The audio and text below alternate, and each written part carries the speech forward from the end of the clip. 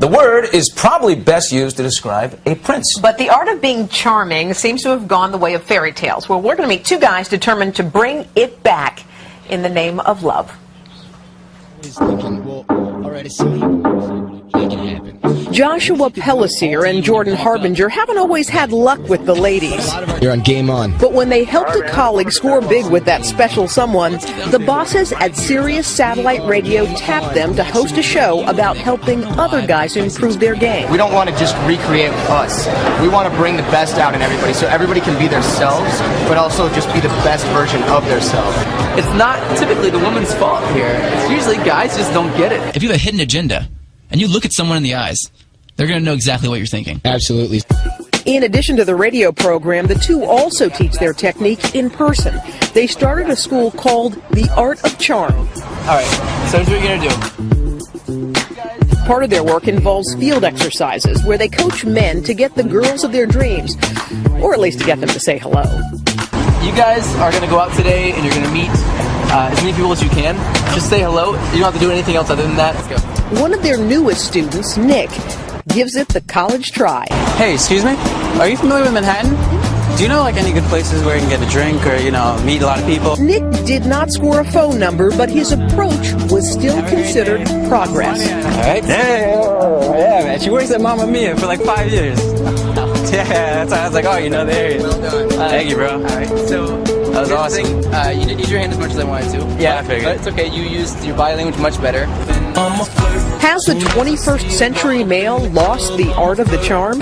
Charm gone? I mean, I don't think charm's gone, personally. Everything revolves on this idea that you can make someone believe in you. You know, and that's what makes you valuable, makes men valuable as men, and that's what women typically are attracted to. Joshua Pellicer, Jordan Harbinger, and Nick Patel are here with us today, guys. All right, let's talk to the coaches first. All right, Joshua and Jordan, can charm really be taught? Absolutely. The problem is that most guys don't actually learn this. It's something we're supposed to learn growing up by example or through example. And this should actually be taught in school. What guys don't get growing up is the vibe that makes you a man. A lot of society has changed, and we just don't get that anymore. Well, I think what's interesting is you guys are really kind of giving a 101 on how to approach a girl and that kind of thing. Yeah. I mean, so what? Okay, so I know you were trying to help Nick out. So what do you tell guys? What's the best way to approach a woman so that you can actually make a connection? Okay, well, first thing that guys do, I think the biggest problem is that they kind of mess themselves up before they even get there. Yes. Girls are very, very... Why? How? Mostly. Okay, yeah, you're good because you're married, and I know you know this already. I'm going to be all over you in about 30 seconds. So you and your white boots are going to get attacked by me in a second. No, I'm kidding. No, the idea is that typically women are very, very, very good at reading body language. Yeah. Very good. And though consciously they may not know why it is they think that you're creepy. Well, it's like, you know what it is, though? If you're looking away, if you seem distracted. All these little things, you know? Look at me.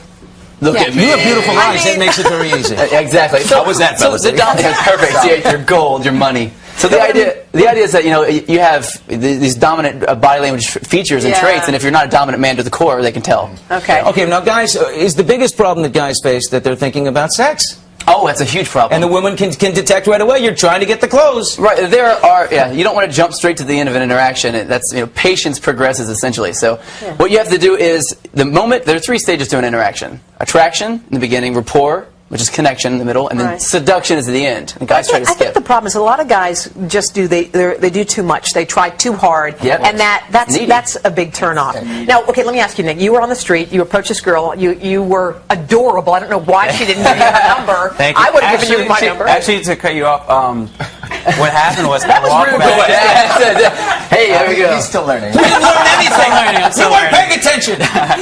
But when I walked back, and I was walking back to these guys, I saw Jordan holding up his phone, and I'm looking, I'm like, why is he holding up his phone? Yeah. And I walk across the street, and he's like, dude, you could have totally got her number. And I didn't have that awareness at the time that I literally could have took out my cell phone and said, hey, give me your number. But do you think she would have given it to you? Do you think she would have? Absolutely. Yeah. So you just go up to a was waiting for the clothes and say, hey, can you, where's a restaurant, and can I have your phone number? Sure. Well, what she was lacking, she waited around for the red light to change again and again. She was flirting buying with time. you. She was flirting with Nick, him. you let her go. She left the door. Now wait a minute. You have a girlfriend. How does she feel about you running this school? And you are single, and I want to know why. why? So you're first. Right, absolutely. It's really hard to date a dating coach, especially one that knows what he's doing. I mean, it's really hard because ultimately, she's got to live into this idea that I know what I'm doing with dating, and a lot of times women want to be the ones that are in control of what happens in the interaction. Don't we just want authentic, though? I mean, I know there's a game to it, and hold on, but you can work it and all that kind of stuff. But I mean, isn't there a point where you just want real? You don't want someone who knows how to work it. No, there's in the stages in the beginning, it is about being fun and curious, and the mysterious kind of guy is fun. But after you get past that, there's no joking around in the stage of rapport. When you build connection, like if your best friend's like talking about something serious, and you go make a joke, that doesn't work. What are you doing? Why are you single?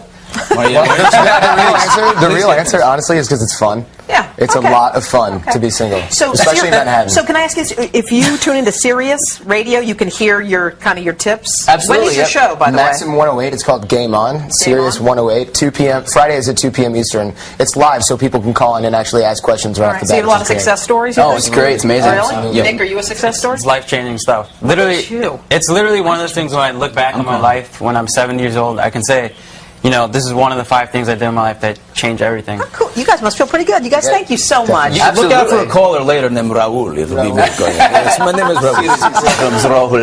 No problem. Thank you guys very much.